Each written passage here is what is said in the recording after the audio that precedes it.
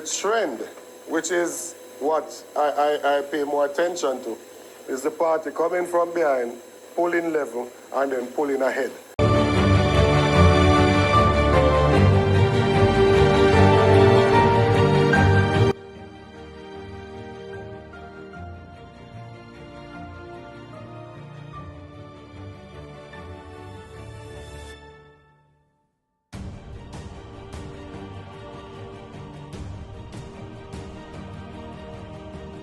Explaining the recent opinion polls as PNP maintains lead. This is Cover Story Highlights. Let's get after it. But before we do, let me first apologize to my valued subscribers and viewers of this channel for not being with you for some time.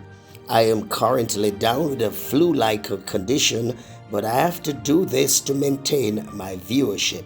So please subscribe, like, share, and comment.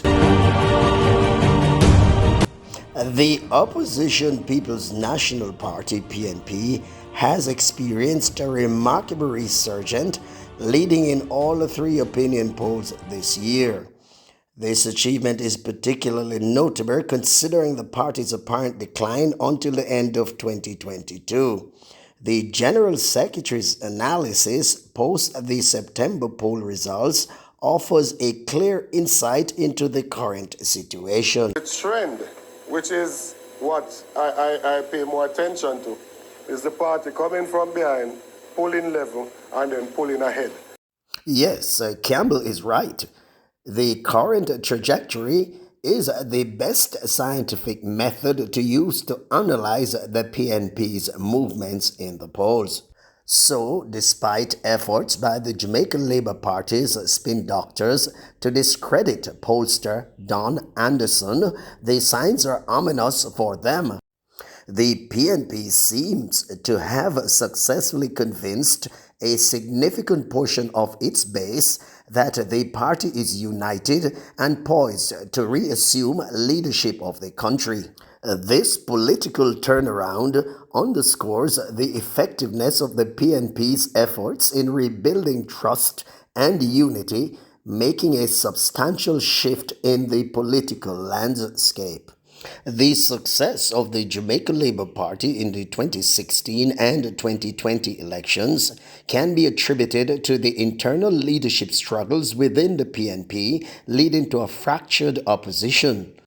Polls consistently highlighted their successes, with pollster Don Anderson contextualizing that era. The Labour Party had a whopping 13 percentage points lead over the People's National Party. 31% said they would vote for the Jamaica Labour Party as against 18% for the People's National Party.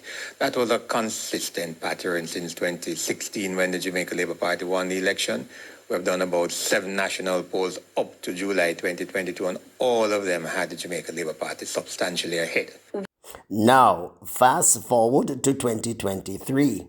We're seeing the same level of consistency with the PNP leading in every poll that has been taken so far. It should be noted that the number of persons who voted for the PNP in 2020 was over 170,000 fewer than those who voted for them in 2011. Over the same period, the JLP lost a mere 4,000 supporters and they won the election 49 seats to the PNP's 14. And despite what Holness said here, the PNP seemed to have recaptured most of that base support. We will be going back to the people on the local government elections. We have no fear in facing the people of Jamaica. We know that there is a generation of Jamaicans who were not born in the 1970s, and they have no clue as to how the other party destroyed Jamaica. What Holness missed in making that pronouncement about the 70s generation is the intergenerational loyalty that has benefited the PNP since Michael Manley. Those persons he spoke about were not around in the 70s, but their parents would not agree with his assessment of the PNP then.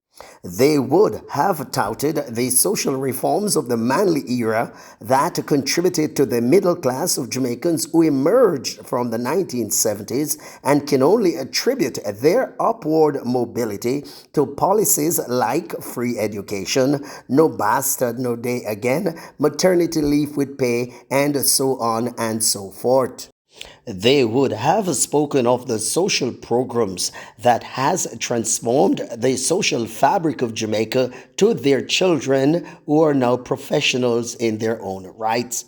And despite the focus by some on the 37% of respondents who are not going to be voting in the local government elections, the PNP should be focusing on two blocks of voters.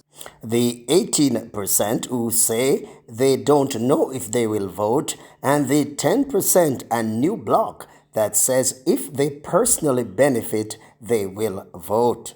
So the Jamaican Labour Party, with its enormous war chest, could easily exploit this group and swing a close election their way. The PNP now has to look at the 18% uncommitted block of voters. They are the issues voters who are still not convinced to support either Golding or Wholeness. Golding, then, will have to convince this block of voters that he will provide a better alternative. It is going to take messaging and discipline to achieve this.